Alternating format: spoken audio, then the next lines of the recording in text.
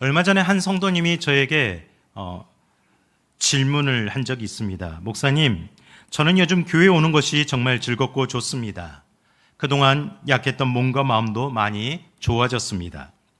앞으로 더 이상 힘든 일이 없었으면 하는 바람이 큽니다.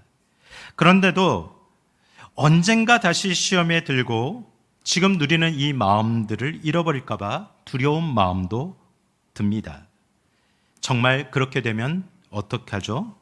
어떻게 하면 이 두려운 마음에서 벗어나서 편안할 수 있을까요? 여러분에게 이런 비슷한 질문을 한다면 여러분은 어떻게 대답하겠습니까? 괜한 걱정하지 말라고 그렇게 말씀하신 분도 있을 겁니다. 그런데 세상에 많은 사람들은 큰 일 때문에 걱정하기도 하지만 아주 작은 일 때문에 걱정하는 일이 많습니다. 여러분도 그럴 겁니다. 또한 많은 사람들은 비슷한 어려움 속에서 비슷한 두려움을 가지고 살아갑니다. 말씀을 준비하면서 건강보험심사평가원이 최근 2017년부터 2021년 5년간 통계를 발표했는데요. 이 통계는 우울증과 불안장애를 가지고 진료를 받고 있는 사람들의 통계입니다. 여러분, 우리나라의 불안장애 환자 수가 2017년에 65만 3천 명 정도였는데요. 2021년에는 85만 5천 명으로 21만 명이 1년 만에 뛰었습니다. 그 전에도 그만큼 숫자가 뛰어서 계속해서 폭발적으로 증가하고 있습니다. 코로나는 지나가는 것 같은데 우울감과 불안감은 지나가지 않고 있다는 거죠. 그 중에서도 세대별로 보면 20대와 10대들이 가장 많습니다. 왜 그렇게 젊은 청년들이, 젊은 학생들이 불안함에 시달리고 있을까요? 왜 이렇게 두려운 마음으로 힘겹게 살아가고 있을까요? 여러분은 한 주간 어떻게 살아오셨습니까? 제가 요즘 대학교 신입생들을 멘토로 지도한 적이 있습니다. 8명의 청년들을 만났는데요. 그들 중에 2명만 신앙생활을 합니다. 6명은 신앙이 없는데 똑같은 고민을 하고 있습니다. 나는 어떻게 학교 생활을 해야지? 졸업하고 나는 취업을 잘할 수 있을까? 나는 잘 살아갈 수 있을까? 나는 사고를 당하지 않을 수 있을까? 미래에 대한 두려움들이 굉장히 가득한 모습을 보면서 안타까운 마음이 들었습니다. 사랑하는 성도 여러분, 혹시 오늘 여러분 중에서도 가정이 평안하고 일이 잘 되고 있습니다. 나의 몸은 그렇다지 그렇게 안 좋지 않습니다. 건강합니다. 그럼에도 불구하고 이런 모든 것들이 사라질까 봐 오히려 불안하신 분들이 있습니까?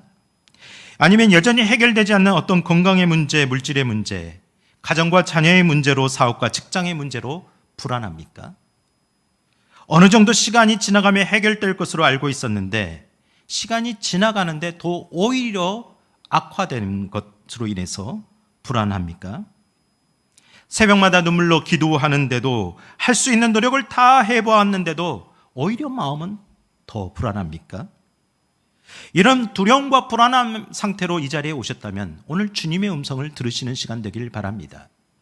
주님께서 오늘 분명히 말씀하십니다. 나다. 두려워하지 말라.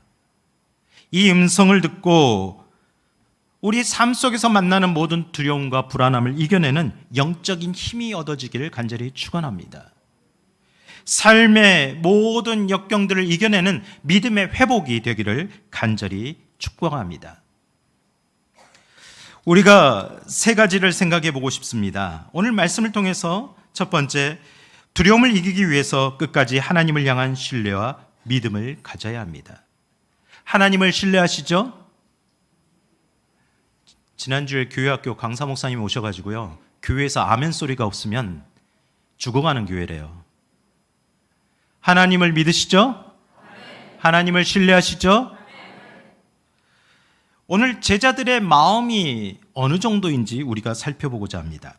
16절 함께 읽겠습니다. 저물매 제자들이 바다에 내려가서, 예수님의 말씀에 순종한 제자들이 배를 타러 나갔습니다. 근데 그 시간을 보니 저물매, 밤이 시작되는 시간이었다고 말합니다. 아니, 왜 제자들은 낮에 가지 않고 밤이 시작되는 어두운 밤중에 항해를 시작하게 되었을까요? 이에 대해서 마태복음 14장 22절에 동일한 사건에 대해서 말씀하는 것을 볼 수 있습니다. 함께 읽겠습니다. 예수께서 즉시 제자들을 재촉하사 자기가 무리를 보내는 동안에 배를 타고 앞서 건너편으로 가게 하시고, 제자들이 그 시간에 배를 타고 간 이유는 다른 게 없습니다. 예수님이 재촉하셨습니다. 너 빨리 가야 된다. 지금 당장 배를 타야 된다.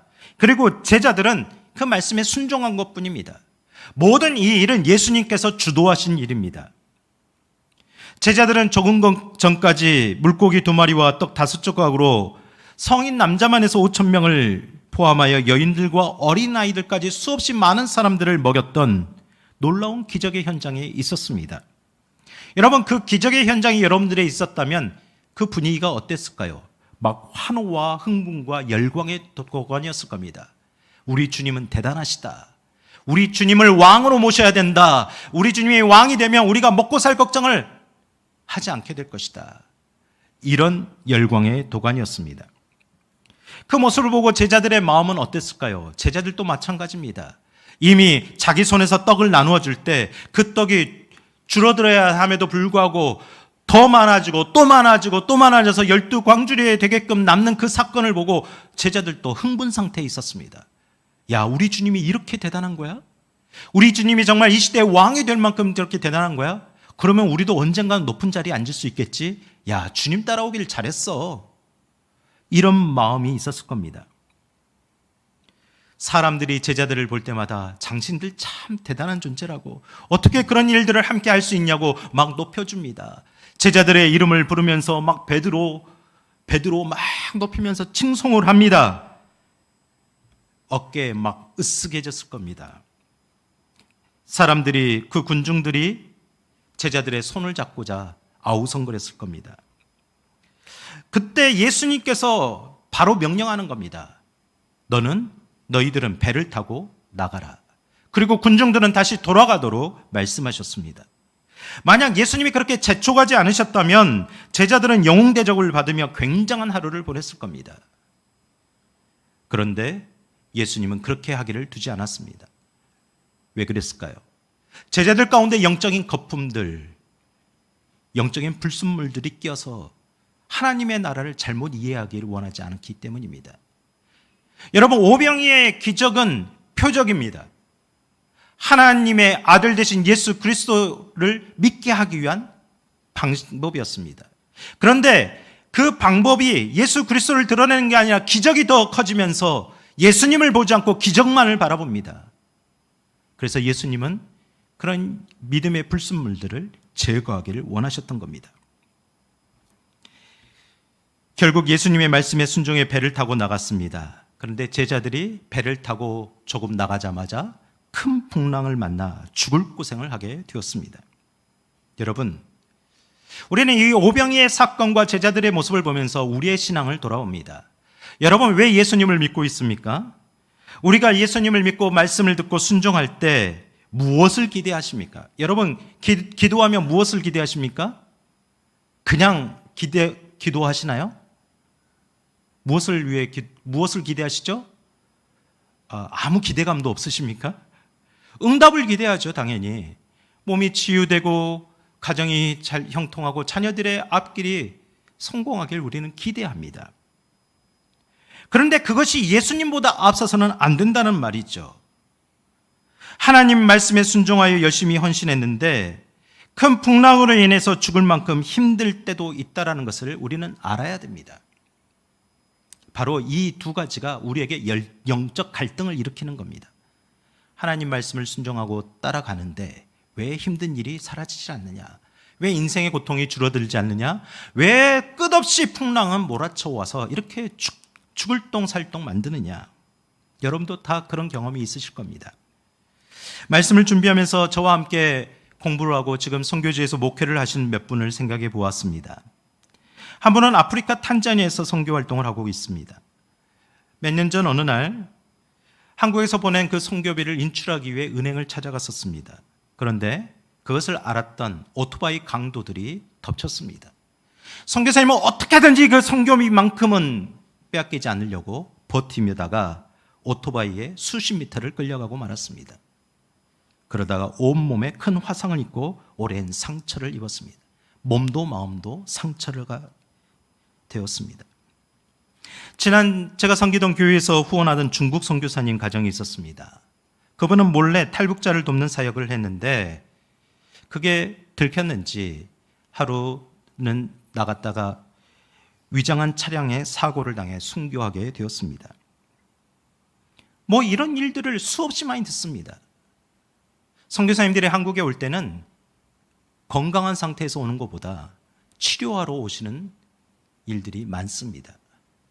그러면 이렇게 기도합니다. 아니 하나님을 위해 평생의 시간을 드리겠다고 작정했고 세상 명예 다 포기하고 이렇게 일하겠다고 했는데 왜 이렇게 힘들게 하십니까?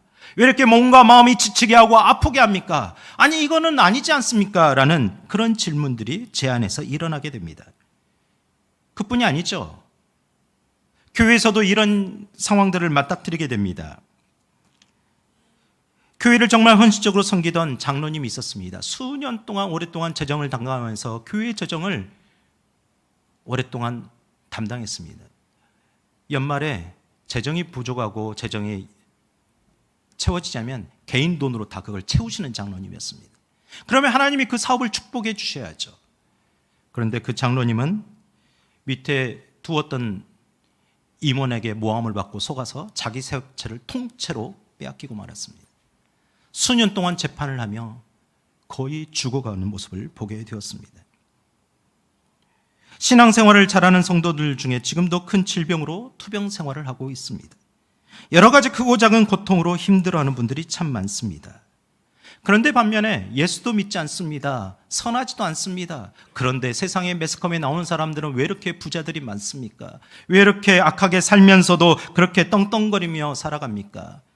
더구나 누릴 것 다 누리면서 건강하게 오래 사는 모습을 보면 내심 하나님 너무하신 거 아니냐는 그런 마음들이 불쑥불쑥 치솟아 오릅니다. 하나님 불공평합니다. 공평하신 하나님이시라면서요. 그런데 왜 그렇습니까? 하나님 말씀대로 약속하신 말씀대로 우리는 기대하는데 왜 말씀대로 이루어지지 않습니까? 목회 현장에서 이유를 알 수 없는 큰 풍랑을 겪을 때마다 그런 질문들이 솟아오릅니다. 그런 성도들에게 어떻게 위로해야 될지 저도 당혹스러울 때가 한두 번이 아니었습니다. 오늘 계속 이 질문들을 되새기다 보니 다시 한번 의로운 자의 욥의 결말을 보게 됩니다. 이 말씀을 우리는 기억해 보길 원합니다. 욥기 42장 2절과 5절 말씀 함께 읽어보겠습니다. 주님께서는 못하시는 일이 없으시다는 것을 이제 저는 알았습니다. 주님의 계획은 어김없이 이루어진다는 것도 저는 깨달았습니다. 잘 알지도 못하면서 감히 주님의 뜻을 흐려놓으려 한 자가 바로 저입니다. 깨닫지도 못하면서 함부로 말을 하였습니다. 제가 알기에는 너무나 신기한 일들이었습니다. 그러면서 마지막 결론으로 5절에 이렇게 고백합니다. 함께 읽어보겠습니다. 주님이 어떤 분이시라는 것을 지금까지는 제가 귀로만 들었습니다. 그러나 이제는 제가 제 눈으로 주님을 뵀습니다. 사랑하는 성도 여러분, 주님을 믿으십니까? 주님을 만나고 계십니까? 예배에 그냥 구경꾼으로 다녀가실 겁니까? 우리가 진실로 하나님의 음성을 듣고 하나님을 볼 때가 있습니다. 그때는 우리가 편안할 때가 아닙니다. 그때는 모든 일이 형통할 때가 아닙니다. 그때는 삶의 큰 폭풍이 내 앞에 불어닥칠 때입니다. 시련과 환난의 고통이 엄습할 때입니다. 그것을 통해 메가폰처럼 하나님이 외치는 음성을 듣게 되는 겁니다. 너희가 나를 믿느냐라고 듣는 그 음성이 들려집니다. 죽음 앞에 직면했을 때입니다. 그때 우리는 욥처럼 고백할 겁니다. 하나님, 제가 그냥 성경 말씀을 통해서 주님, 하나님을 들었는데 이제야 주님을 봅니다. 이제야 살아계신 주님을 만납니다. 하나님을 구합니다. 여러분, 이 믿음이 우리가 세상에서 만나는 해석할 수 없는 그 풍랑을 해석해내는 믿음의 힘이 되길 원합니다. 그때 우리는 욥처럼 고백하게 될 것입니다. 욥기 23장 10절 말씀 함께 읽겠습니다. 그러나 내가 가는 길을 그가 아시나니 그가 나를 단련하신 후에는 내가 순금같이 나오리라. 하나님은 우리 안에 가득한 영적인 불순물들, 우리 안에 있는 영적인 침체들, 하나님을 온전히 신뢰하지 못하는 마음들, 하나님을 살아계신 하나님으로 믿지 못하는 마음들을 계속해서 제거해 나가기를 원하고 계십니다. 1%도 남지 않도록 그때까지 계속해서 폭풍을 몰아치게 하실 겁니다. 여러분, 우리에게 진짜 믿음은요, 잔잔한 물결이 아니라 거친 파도와 큰 풍랑 속에서 만들어진다는 것을 깨달아야 합니다. 큰 풍랑이 일 때 하나님이 나를 정금같이 만들어 가시는구나. 이 고백이 우리 함께 이길 간절히 축원합니다.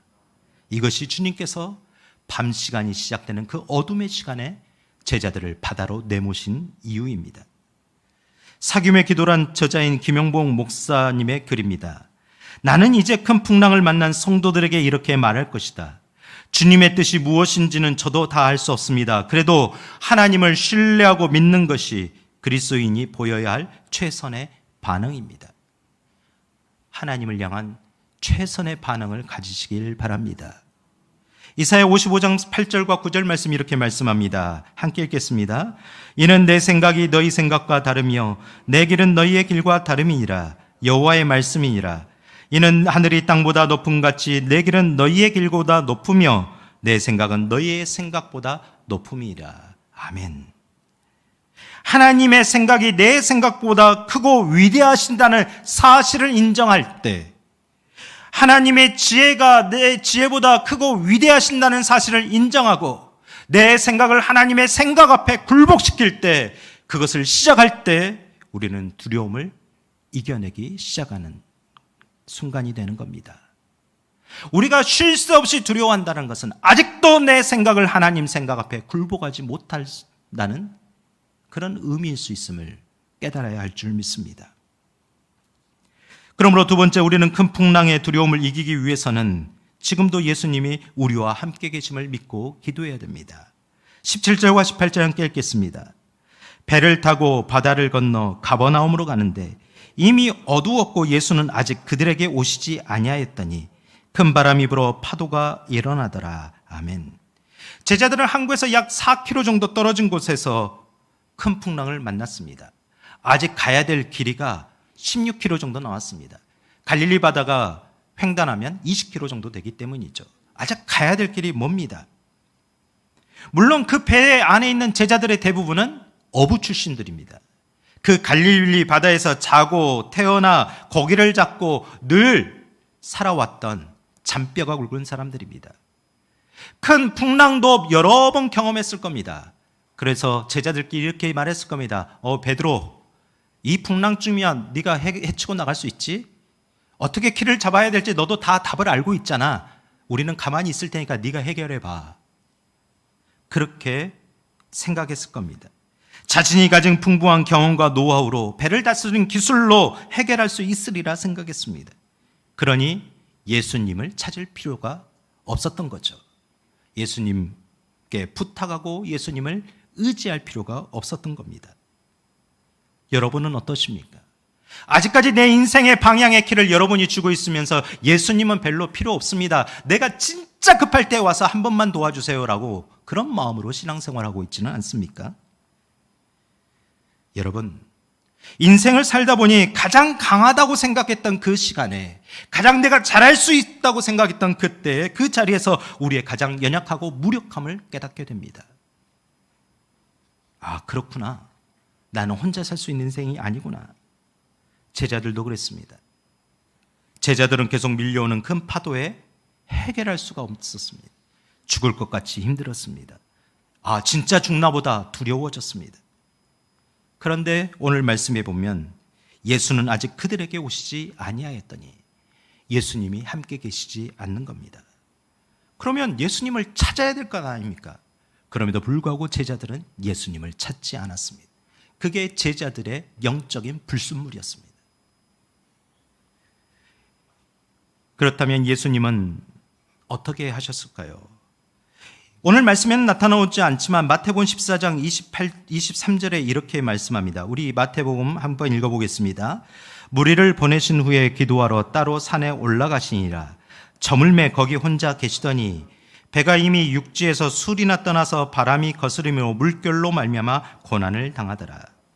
예수님이 말씀에서 나갔는데 바다에서 고난을 당하고 있었습니다. 그런데 그 모습을 예수님이 다 보고 알고 계셨다라는 겁니다. 예수님이 제자들을 보내고 나 몰라라 모른 척하고 계신 분이 아닙니다. 하나님의 아들 예수님은 다 알고 계셨습니다. 그리고 더 중요한 사실이 있습니다. 예수님은 기도하고 계셨습니다. 누구를 위해서요? 제자들을 위해서. 누구를 위해서요? 성도들을 위해서. 자기 백성들을 위해서 기도하고 계시는 분입니다. 그래서 구원하시기 위해 죽으시고 부활하여 하늘 보좌에 앉으신 예수님께서 하시는 일은 지금도 힘겹게 큰 풍랑을 만나 사투를 벌이고 있는 저와 여러분들을 위해서, 인생의 문제를 해석하지 못하는 저와 여러분들을 위해서 지금도 기도하고 계심을 믿으시기 바랍니다. 그 배에, 우리의 인생의 배에 예수님이 없는 것 같지만, 아직 찾아오지 않는 것 같지만, 내 눈에 보이지 않는 것 같지만 예수님은 그 사실을 알게 하도록 내가 너희를 위해 기도하고 있다, 이것을 깨닫도록 성령님을 우리 안에 보내셨습니다. 로마서 8장 34절 읽겠습니다.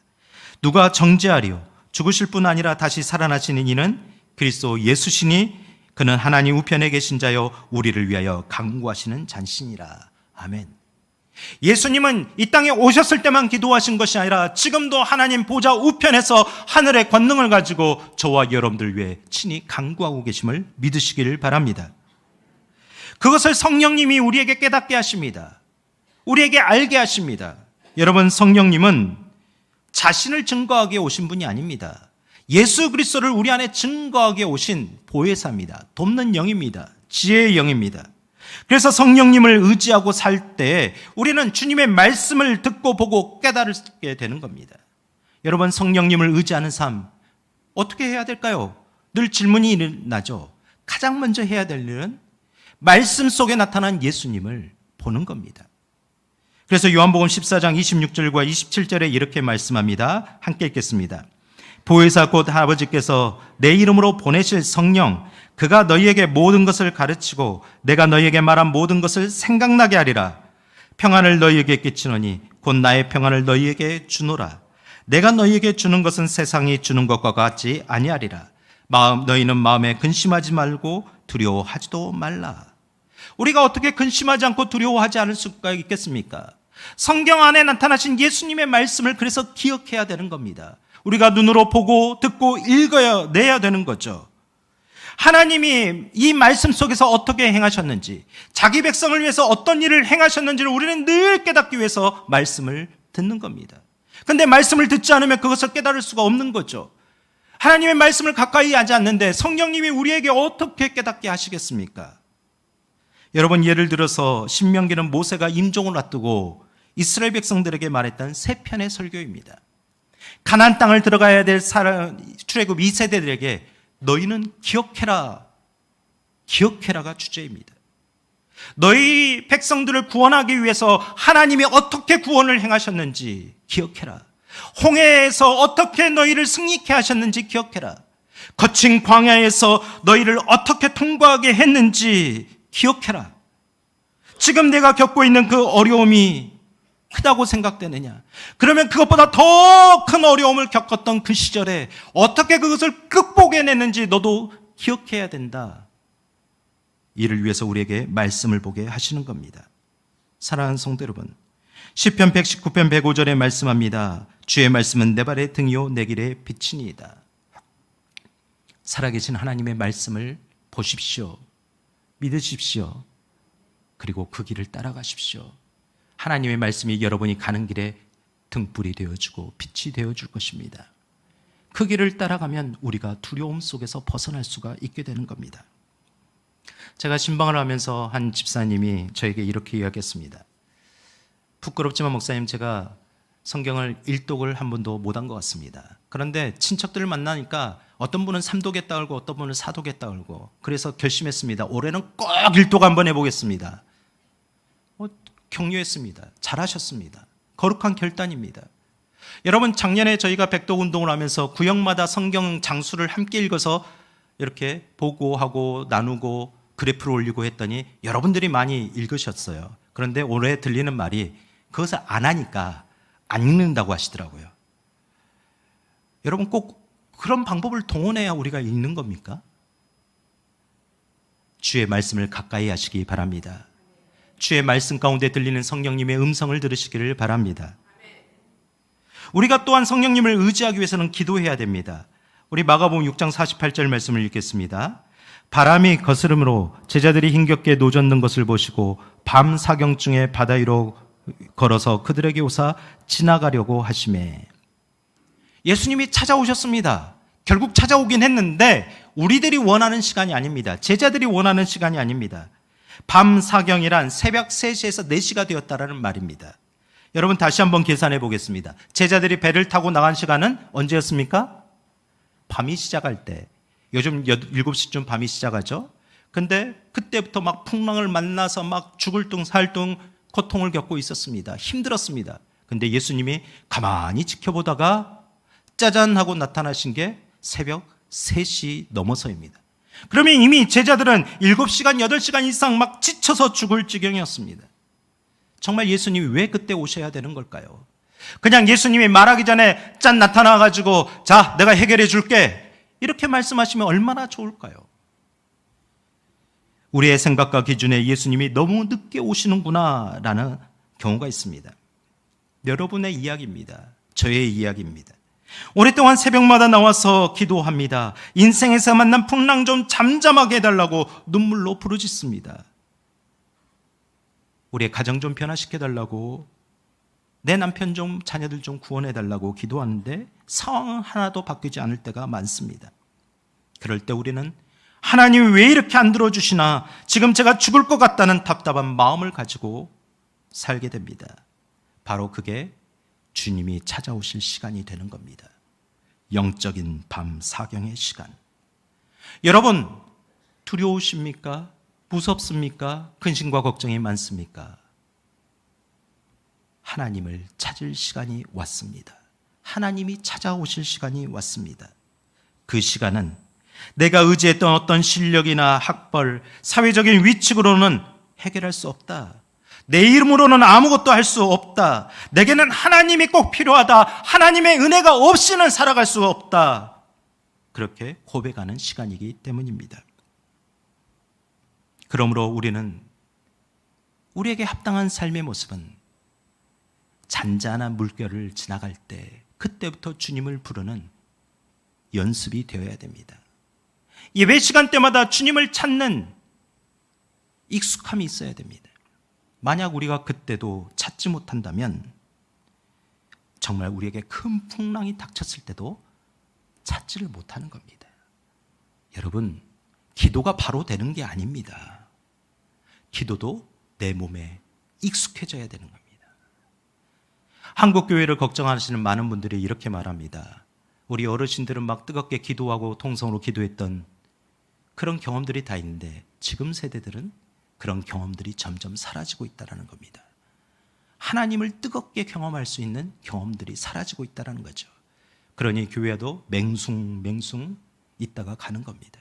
하나님이 나와 함께 있나 없나 그런 마음만 갖다가 돌아가는 겁니다. 사랑하는 성도 여러분, 성령님을 의지하여 우리가 기도하기를 연습하고 배워두어야 됩니다. 그때 바로 지체만한 파도가 닥칠 때 우리는 기도의 방법을 쓸 수 있게 됩니다. 여러분, 금요 기도에 나오십시오. 기도의 자리를 찾으십시오. 왜 찾지 못하십니까? 그만큼 기도할 제목이 없으십니까? 평안하십니까? 아니면 아직도 내 힘으로 해결할 수 있다고 생각하십니까? 진짜 그때 찾지 않으면 진짜 죽어갈 때는 더 찾지 못합니다. 우리가 빌립보서 4장 6절과 7절 말씀 함께 읽겠습니다. 아무것도 염려하지 말고 다만 모든 일에 기도와 간구로 너희 구할 것을 감사함으로 하나님께 아뢰라. 그래야면 모든 지각에 뛰어난 하나님의 평강이 너희 그리스도 예수 안에서 너희 마음과 생각을 지키시리라. 사랑하는 성도 여러분, 예수님은 우리가 주님이 절실하게 필요하다는 믿음을 가지고 구할 때까지 기다리십니다. 나의 강함을 자랑하는 것이 믿음이 아닙니다. 나의 약함을 자랑하는 것이 믿음입니다. 진짜 믿음으로 살아가시기를 간절히 축원합니다. 여러분에게는 오늘 어떤 기도의 제목이 있습니까? 여러분, 오늘 결론적으로 예수님은 이 제자들을 찾아와서 20절에 이렇게 말씀합니다. 세 번의 우리말 성경으로 보면 이렇게 말씀합니다. 그러자 예수님께서 그들에게 말씀하셨습니다. 나다, 두려워하지 말라. 나다라는 말은 헬라어로 에고에미입니다. I am, 나는 나다. 모세가 하나님을 향해서 내가 누가 보냈다고 대답할까요? 스스로 있는 자가 보냈다 하라. 나는 나다, 나는 하나님이다. 바로 그것이 I am, 에고에미입니다. 예수님의 신성을 표현한 말씀입니다. 그분이 이제부터 두려워하지 말라라고 말씀하십니다. 그 말은 지금부터 너희는 나를 믿는다면, 살아계신 하나님을 믿는다면 두려워하는 행위를 멈춰야 된다라고 말씀하는 겁니다. 두려워하는 마음과 행위를 여러분 멈춰보십시오. 그러나 내 의지로 하지 마시고 하나님을 믿는 믿음으로 멈춰보십시오. 그러면 그게 가능하다고 말씀합니다. 바로 그때 모든 문제의 근원을 해결하실 주님이 찾아오셨기 때문입니다. 여러분, 그렇게 제자들이 주님을 영접했을 때 더 극적인 일이 일어났습니다. 21절 오늘의 결론 말씀에 이렇게 말합니다. 이에 기뻐서 배로 영접하니 배는 곧 그들이 가려던 땅에 이르렀더라. 아직도 수없이 많은 거리가 남았다고 생각했는데 예수님을 영접하여서 보니, 풍랑이 잠잠해지고 보니, 하나님을 믿고 보니 목적지에 도달한 내 자신을 발견하게 되는 겁니다. 그것이 바로 풍랑을 건너가는 방법입니다. 그것이 바로 세상의 풍랑처럼 덮쳐오는 파도를 이겨내는 방법입니다. 그것이 바로 끊임없이 일어나는 우리의 근심과 두려운 마음을 이겨내는 방법입니다. 사랑하는 성도 여러분, 요한복음 16장 33절에 이렇게 말씀합니다. 이것을 너희에게 이르는 것은 너희로 내 안에서 평안을 누리게 함이라. 세상에서 너희가 환난을 당하라. 담대하라. 내가 세상을 이기었노라. 우리가 연약해져서 실패할 수는 있습니다. 넘어질 수는 있습니다. 그러나 그 두렵게 만드는 현장에서 잊지 말아야 할 것이 있습니다. 주님은 우리를 결코 버리지 않는다는 사실입니다. 주님은 우리를 계속해서 보시고 우리의 형편을 다 아시며 우리를 위해 친히 간구하고 계신다는 사실입니다. 그리고 그 주님은 그 기도를 통해서 우리가 주님을 찾을 때까지, 우리가 진실로 주님을 구할 때를 기다리고 계십니다. 이 믿음으로 이 한 주간도 여러분을 덮쳐오는 큰 파도를 헤쳐나가는 믿음의 힘이 있기를 간절히 축원합니다. 믿음의 능력을 얻으시기를 간절히 축원합니다. 우리 이 시간 하나님께 마음을 모아 기도하십시다. 하나님, 저를 뒤흔드는 풍랑들이 있습니다. 집채만큼 큰 파도가 와서 저를 날마다 뒤흔들어서 정말 못 살겠습니다. 여러분, 그 기도의 모든 제목들 하나님께 이 시간 아뢰십시오. 하나님, 저는 할 수 없습니다. 저는 해결할 능력이 없습니다. 지식도 없습니다. 방법도 잘 모르겠습니다. 하나님, 그러나 하나님은 하실 수 있잖아요. 하나님은 가능하시잖아요. 하나님, 건너가게 하옵소서. 항해하게 하옵소서. 주님께 맡겨드립니다. 우리 이 시간 우리의 인생을 맡기며 주님 앞에 기도하십시다. 걸어가시고 내려오신 아버지 하나님, 오늘 우리가 세상을 살다 보니 하나님, 큰 풍랑들이 저를 자주 덮쳐옵니다. 하나님, 두렵습니다. 저의 삶이 무너질까? 저의 가정이 무너질까? 저의 자녀들이 엇나갈까? 저의 건강이 무너질까? 늘 근심과 두려움 속에 살아가는 이 마음을 어찌해야 됩니까? 하나님은 항상 기뻐하라 하셨는데, 하나님은 항상 감사하라 하셨는데, 하나님은 나를 의지하라 하셨는데 우리의 믿음의 실체가 주님 보이지 않습니다. 주님, 그러나 오늘 이 시간 인정합니다. 저는 할 수 없습니다. 저는 능력이 없습니다. 힘도 지혜도 없습니다. 그러나 하나님을 의지합니다. 하나님은 하실 수 있음을 의지합니다. 하나님은 이끄실 수 있음을 믿습니다. 하나님, 믿음의 눈을 들겠습니다. 오직 주님만을 바라보며 하나님을 바라보겠습니다. 오늘도 나를 위해 간구하시는 주님의 은혜를 바라보겠습니다.